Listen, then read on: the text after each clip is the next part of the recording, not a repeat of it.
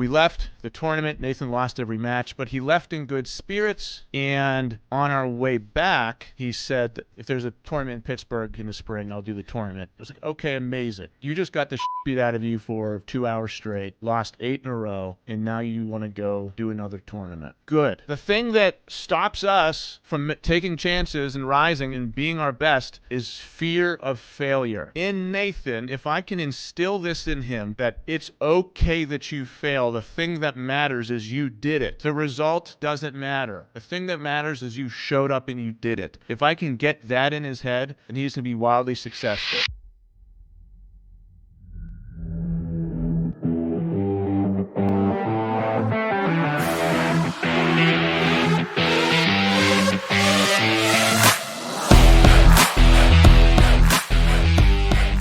Nathan's Jiu Jitsu tournament. He lost every single match. He did eight matches. He lost all 8 of them. He has in the past done really well at Jiu Jitsu tournaments. But this one, here's what happened. We were going to either cancel it or Nathan had to suck it up and fight bigger, stronger kids. Because this was in Cleveland and no one registered for this tournament. We did a Detroit one last year. It's one where he came back and then he won gold. That 700 people signed up total. Like 200 some people signed up total for this one. He had 0 kids in his weight class in his age group. So I emailed them and they were like, well, you can either merge with another category or we can give you a credit for another tournament. So I asked Nathan, we already had the whole weekend planned. We were going to visit my sister, but it didn't matter. Like if he wanted to quit the tournament and wait for another one, that was fine. We were going to just go to Cleveland anyway and visit my sister. So I asked him, I said, do you want to do this tournament? And if you do this tournament, he's 10, you're going to have to move up to the 12-13 category and plus the higher weight bracket. So you're going to have to fight 13-year-olds who are much bigger and heavier than you and far more experienced, or we can just do a credit and you can do another tournament. He said he wanted to fight. So I was like, all right, man, I love that. Let's do it. And then, so leading up to the tournament, I had to prep him mentally. So I was saying to him, I said, so this tournament's great because what we get to do is like we have 0 expectations. You're going up against kids 3 years older than you. You can just go in. You don't have to be nervous. It's not like if you don't get gold, it's a big deal. Like you get to go in and just do everything you want to do and just have fun. And like he was getting into that mindset.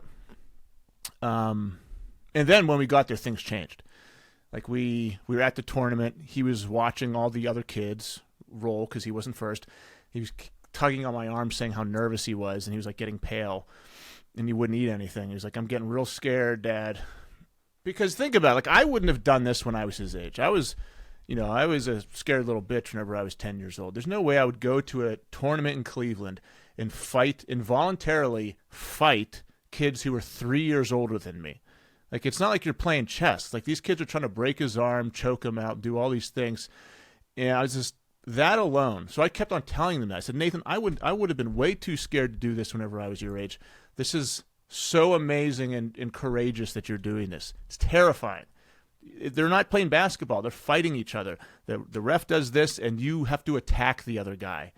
And as a little kid, that is scary. It's scary for me to do it as an adult. Even whenever I'm at Jiu Jitsu, and there's like some huge college wrestler comes in who's way bigger than me, and they're like, all right, Chris, you want to roll? I'm like, okay. Like, I don't want to do it because they beat the shit out of you. They crush you.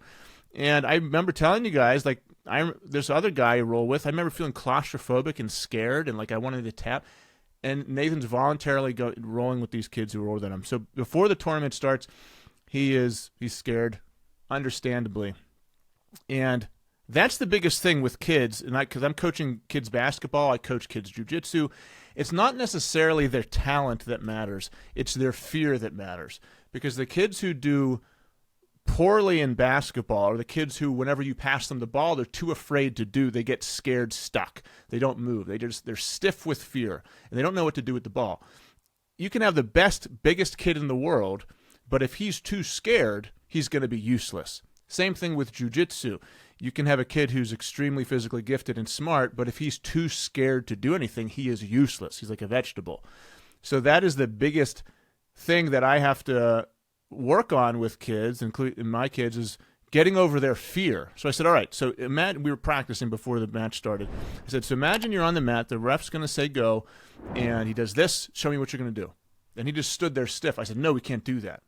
Even if you're terrified, you have to reach for me. You have to control the match. You have to have him react to you. So you have to do that. So we practiced that before it started. We practiced just reaching for each other and going. And then the match started. First guy he goes up against, I was talking to the parent who was next to me. He's like, oh, your kid looks a little small. I was like, yeah, he's 10. He's like, oh. He's like, my kid's turning 14 next month. I said, oh, okay. He's like, it looks a little light, too. It's like, yeah, he's not, that doesn't weigh as much as your kid. So Nathan's 10. He was fighting a kid who's about to turn 14 next month. And then I found out this kid won the Pan Am National Championship the week before. A national Jiu Jitsu championship. So Nathan didn't know this before he started rolling with the kid. Gets rocked. This kid destroys everyone, beats the shit out of it. He was submitting kids in like 5 seconds, immediately taking them, twisting them in a pretzel, and about to break their arm before the ref called it. 5-10 seconds, this kid was destroying everyone. Nathan, though, did a great job against this kid. After the first one, he lasted about 30 seconds, which was a huge win. Last 30 seconds against this kid. The second time he fought the kid, he lasted for about 2 minutes out of the 3-minute round, which was unbelievable to me. But in Nathan's brain, I had to get to him to that point where I was like, I don't care if you're losing, Nathan. That means nothing. Literally, and in your jiu-jitsu career, losing right now means zero.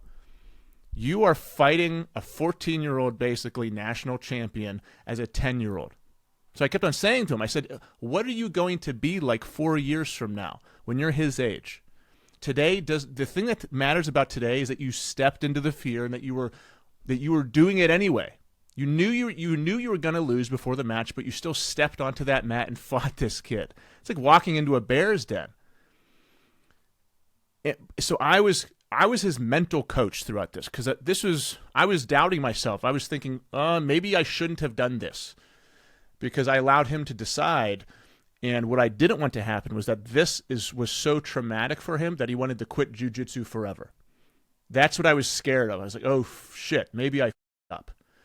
And it's too late now. Like, he's 2 matches in. He has 6 more matches left. Probably going to lose all of them. Maybe tie one of them. Like, what can we do? So for me, the thing that I was concerned about the entire time was just mentally and emotionally coaching him through that. He cried probably after 5 of the matches because he knew what was happening. He understood it. We talked about it. I prepped him for it. But his ego couldn't take it. He's used to, like at his jiu-jitsu gym, the one where I coach at, he's used to dominating everybody. When we go to tournaments of kids who are his age bracket, he's used to doing really well. He gets golds, and he doesn't win everyone, but he does really well. He was getting rocked every single one. Every kid he fought was 13 years old. Like sometimes there's like a small 12-year-old, and every kid was 13 and big, about to turn 14. So he was getting beaten and beaten and beaten. And as bad as that was, as hard as that was for me, to watch that dejection in his eyes, it was the best thing for him. For his ego to get crushed and crushed and crushed, it was the best possible thing that could have happened to him. He hasn't had a tournament in a while. His ego's getting big at our gym. And now it was just crumbled. And after he was losing, he would cry. He would be upset about it. He would come to me. I would hug him. And then we would sometimes he wanted to practice. Sometimes he wanted to just like sit down and play a game or get a snack or forget about it. But think about that. Your very first match, you get destroyed by somebody. Then you know you have 7 more of those to go. That's hell, man. And you know that you have no chance of winning. Like you look at the guys, you're like, oh, this isn't going to be that easy. And here's the worst part. One of the matches, toward like match 6 or something, he did really well because we were watching the kid he was going up against. He was the smallest of the kids, and I could tell he was timid. This kid was crying after he lost to the great kid. So I was like, this is the one person we have a chance to do well against. So Nathan lasted the full 3 minutes against this kid, and it was coaching him, good side control, good posture. This kid could do nothing to him. And Nathan did something he's never done in his life rolling with jiu-jitsu. and that is this kid had his legs around him in guard, holding him tight.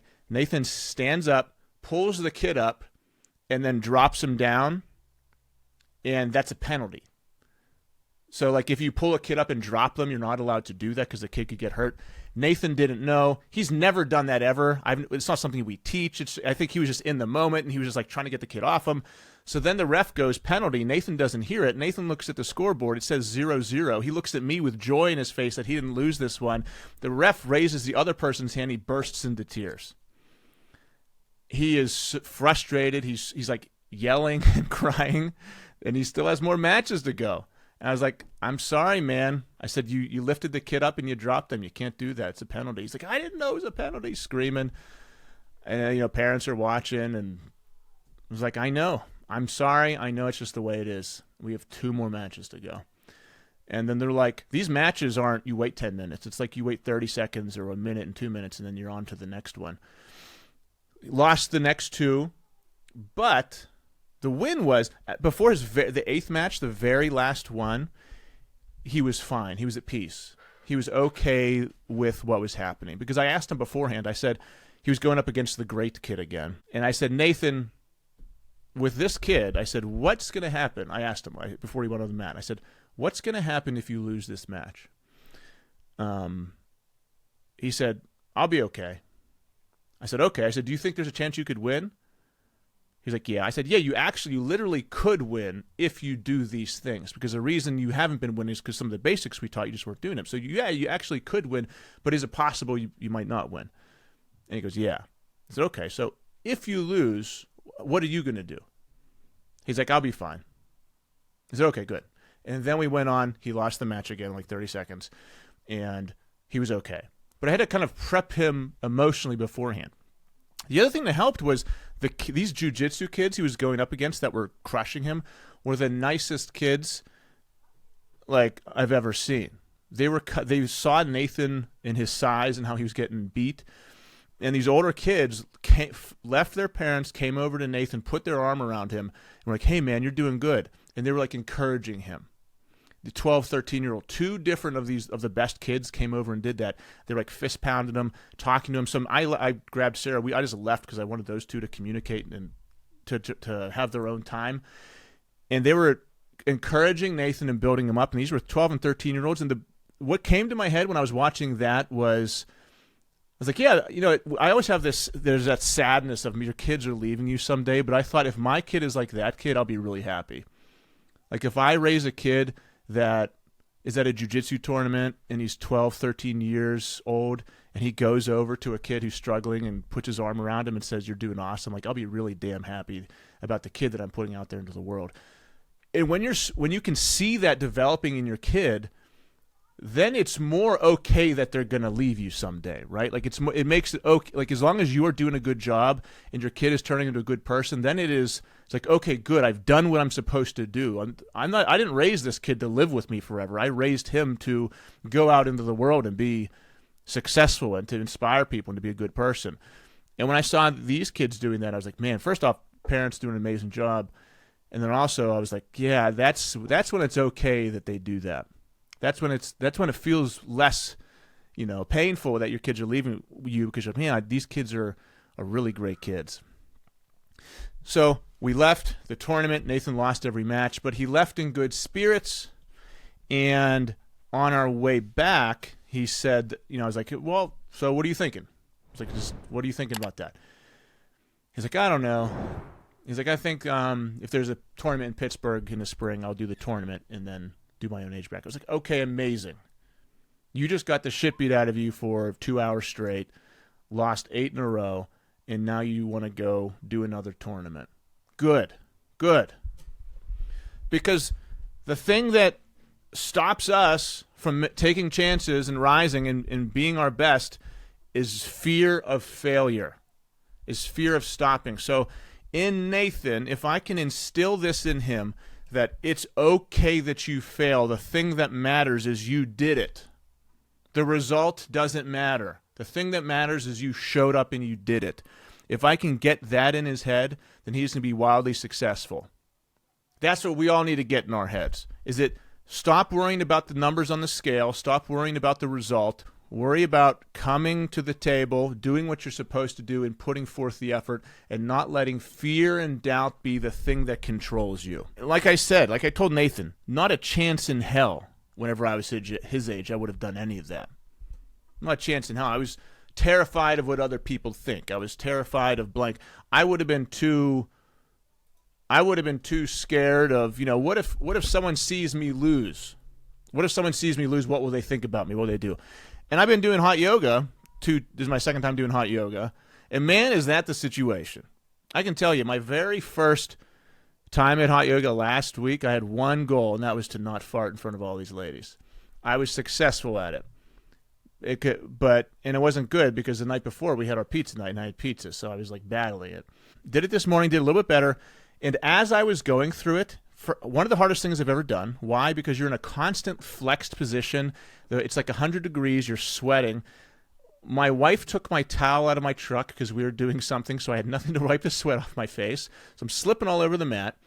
It's 65 minutes long, and I'm horribly inflexible, which is why I started it, and you're just in these crazy positions in pain the entire time, battling yourself whether you're going to quit or not. It reminds me of doing like a long jog, and you're like, well, I could quit the next step, or I could go 10 more steps, or I can go a half mile, or I could just quit now. It's like I can end the suffering right now, or I can keep going. That's what happens whenever you're in these crazy yoga positions for that long, and you're like battling yourself whether you're going to quit or not. And let me tell you the thoughts that were attacking me the entire time. It was all, what do people think about me? That's what it was. There's 34 people in this room. There's some jacked guys there, super flexible, looking like ballerinas. There's ladies, feet in their faces, doing all kind of crazy stuff, way more flexible than me. Then there's me, like slipping on my mat and falling down in the back. So what was going through my head constantly was, okay, if someone comes up to me and says, hey, Chris, you were struggling there in the back, what are you going to say to them?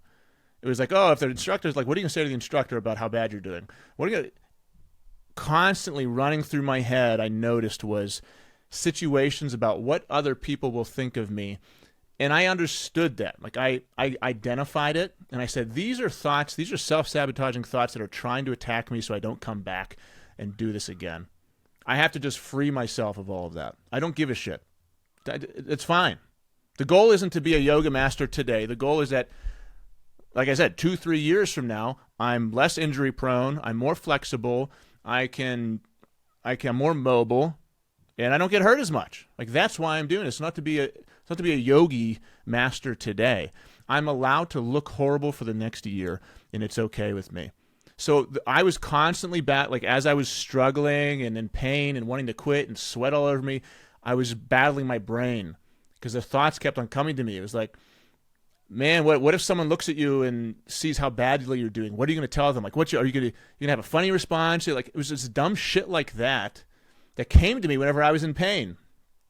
So I identified that as the thing that I need to cut out.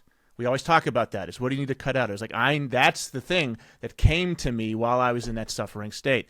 It was while I was my weakest, I was being attacked by my weakest part of me, which is what will somebody think? And so I'm thankful for I was in that weakened state, and I was able to walk into the failure and be okay with it because I was able to learn something about myself and then free myself of it. Yes, it's still going to come back, but I was able to identify it, which was the important part. I've been thinking about doing yoga for 16 years, since I did it with P90X back when I was like 21. I loved it, felt amazing. It was one of the most beneficial parts of the P90X program, and it was the hardest part. And then every year since then, I've been probably once a week. I was like, I should start yoga again. And 16 years passed.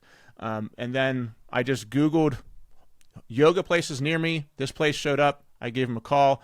I showed up. I paid. And now I've done it twice. You have to be willing to just walk in with zero perfectionist attitude, being like, I'm going to walk in as the biggest idiot here. I'm going to fail. I'm going to screw so many things up, but none of that matters. The only thing that matters is I walked in. The only thing that matters is I walked into the facility and I started it. And then you just trust yourself. It's like that walk in the fog analogy. Is you're standing at the edge of a fog. And you say, well, I'm not going to take a step because I can't see the end of my destination. I can't see the end of the fog. But no, you take one step into the fog, and you can see 100 feet. You walk another 100 feet, then you can see another 100 feet. As you walk into the fog, you can see more and more, and you have to trust yourself in that failure. I think that's a Jim Rohn thing. But you have to just walk in. You just go in and figure it out. That's an ego thing. It's like, am I willing to look stupid? Am I willing to ask somebody, hey, I don't know what I'm doing. What should I do? You have to be willing to put yourself in that situation. But a lot of us our egos are too strong to where we will never try something new because we don't want to ask that one question, and that is, I don't know what to do. Hey, I don't know what to do. Can you help me? And because we're too afraid to ask that, we'll stay stuck for a decade.